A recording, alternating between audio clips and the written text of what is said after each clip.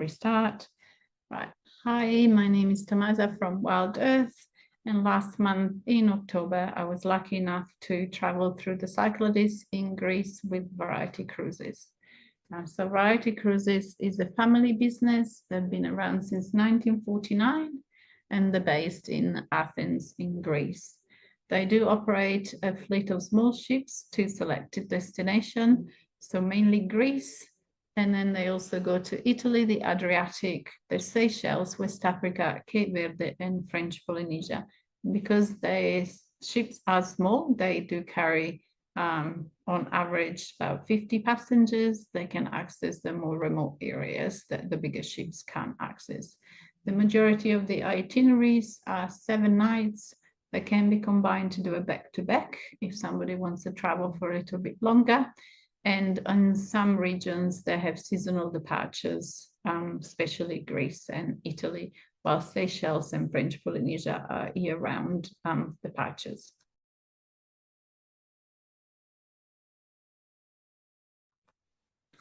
So Greece is where it all began. So they do offer over 5 different itineraries. Departure is Friday and they come back the following Friday. April to October is the season for Greece.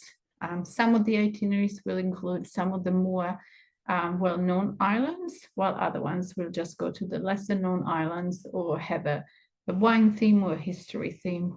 Just wanted to highlight these 2 pictures here. They're taken in Mykonos.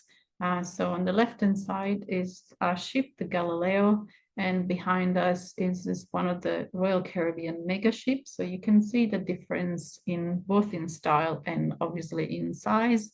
So you can probably gather the very much different experience that you would have traveling on the 2 different vessels.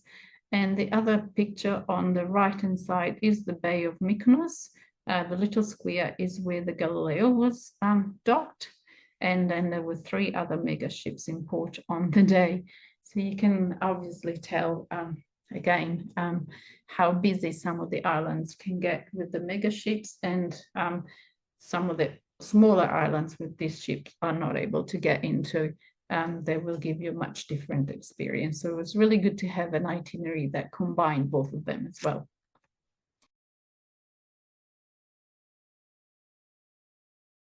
So my itinerary was called the Jewels of the Cyclades.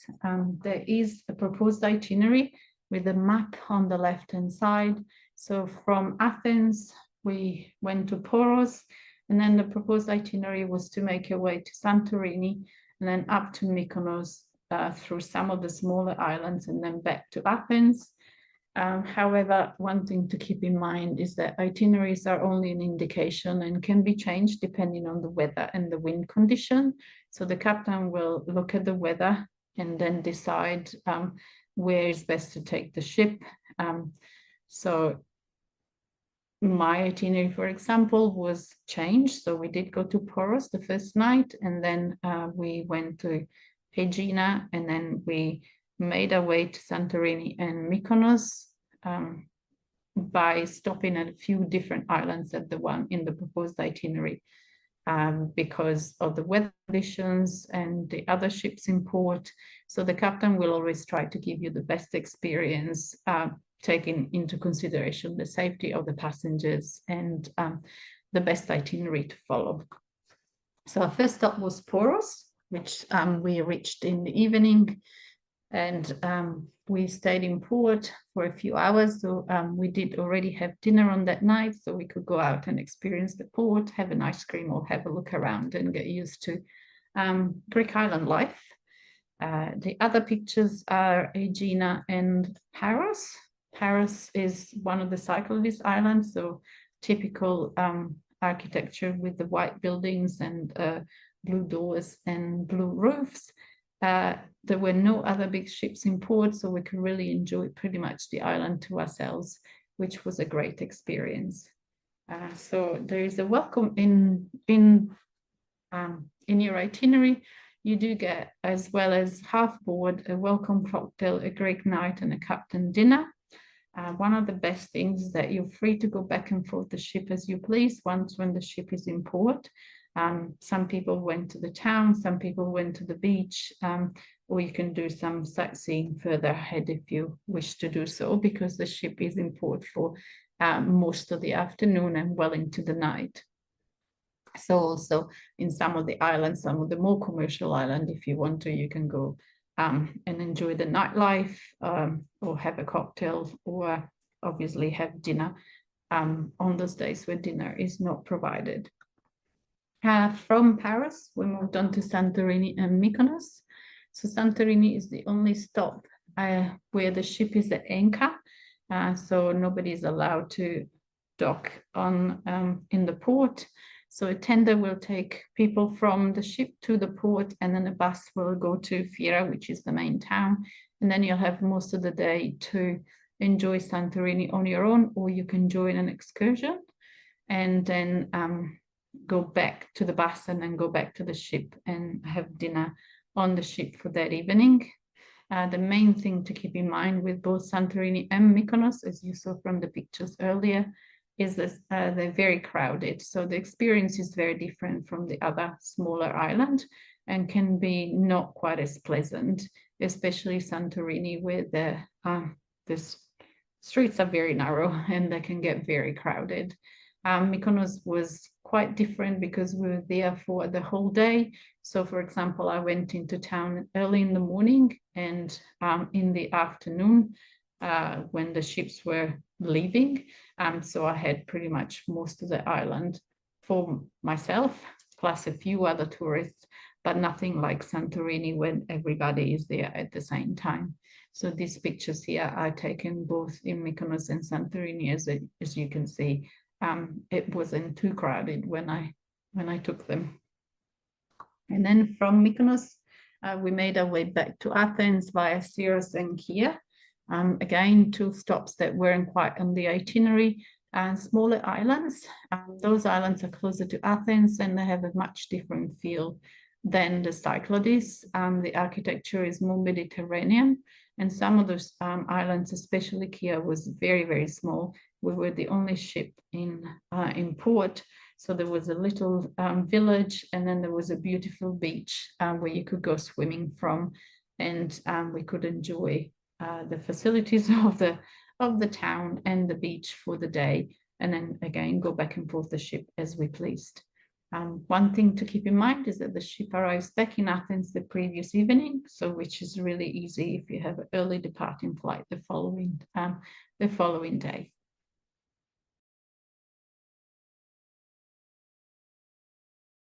On to the onboard experience. A few things to keep in mind. So Wi-Fi is not included.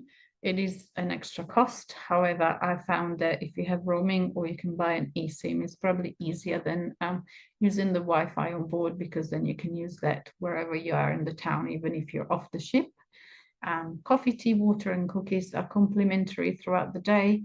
Any other drinks can be purchased on board. There's an extra charge. There is a bar where you can buy cocktails, and you can have wine, beer, and soft drinks during meal times. There is a selection of shore excursion. You can pre-book them. They're all paid on board, or you can also book them on board, and they will go ahead subject to minimum numbers. Every evening, there's a board where they post the plan for the following day. And there is also an evening recap where the cruise managers will just go through the timing of the following day. So we'll tell you time for breakfast, if there is lunch or dinner included for that day, excursions, and where the island that you're going to stop in, and a daily schedule. There is some entertainment on board on some of the days. So the picture on the left is the one of the Greek night, where some Greek dancers come and do Greek dance demonstrations, and then everybody got to join. Following on board, so as I mentioned, itineraries include half board, and because the ship is in port most night, you're able to enjoy the local cuisine. So a lot of fresh food, a lot of fish, a lot of really nice to experience the local Greek food. There is no option to purchase extra meals on board. There's swim stop scheduled as often as possible, depending on the weather and the sea conditions. So you can see a couple of pictures of those swim stops. From the Galileo, the only way to get into the sea was through those stairs, the picture on the left-hand side, and then hop into the sea. Being October, the sea was a very pleasant 23 degrees, which is a very good temperature for me being Italian. You can go and swim from the ship if the ship is anchored in a bay, or otherwise on some of the other bays, they will take you to the beach. You'll have a couple of hours on the beach. You can go for a swim or you can go for a walk. These are very remote beaches where there really are no towns or constructions or anything. So you can enjoy time on a beach or go for a swim. There are kayaks as well. You can take a kayak or a paddle board. Meals, breakfast and either lunch or dinner are buffet, apart from a couple of the dinners which are a la carte. There's plenty of food, most of it really fresh, nice salads. There's meat or fish, cold cuts, and you can go and help yourself to anything that you want to eat, either for breakfast or for lunch. Currency on board is the euro and the plugs are European.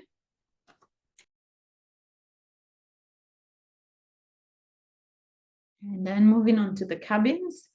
So the cabins all have air conditioning, a safe, a wardrobe and storage space under the bed.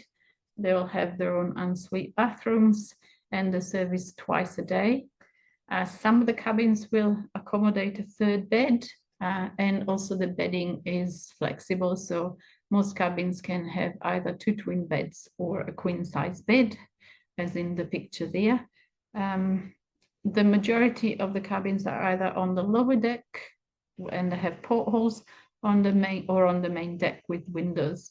And on some of the ships, there are more spacious suites with a sitting area and more storage.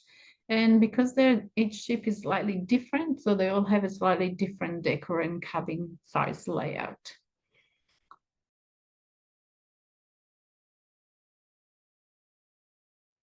As I mentioned, there are 5 small ships operated by Variety in Greece with 7 different itineraries. And there's a few pictures here. On the left is the Variety Voyager, which is the flagship and the bigger ship with their main lounge. And on the left-hand side is the bar on the main deck of Galileo, which was a really nice and comfortable place to gather in the evening before going out for dinner for a cocktail. Some of the vessels are masted motor sailor cruises and some of them are motor yachts, and they all have their own personality and they all have very comfortable sunbathing decks, which you can see on this picture here on the left-hand side. The sunbathing deck of 3 of the different ships. There is Harmony, Variety, Voyager and Panorama. And as you can see, the sunbathing deck is different size and different layout on the different ship. And on the left-hand side is the marina from the Panorama where you can hop into the sea. And the majority of the ships do have a marina at the back, so that makes it really easy to get in and out to sea. And they all have an outdoor bar where you can relax with a drink and the top deck for sunbathing. All of the ships offer kayaks, paddleboard, and snorkeling equipment to use, and there's always plenty of beach towels that you can use. And this is everything about Variety and my experience in Greece. I absolutely love traveling with them. The Greek hospitality is amazing, as well as the islands. Absolutely beautiful. Very, very highly recommended. To travel through Greece on a small ship makes a very big difference than going any other way. Thank you.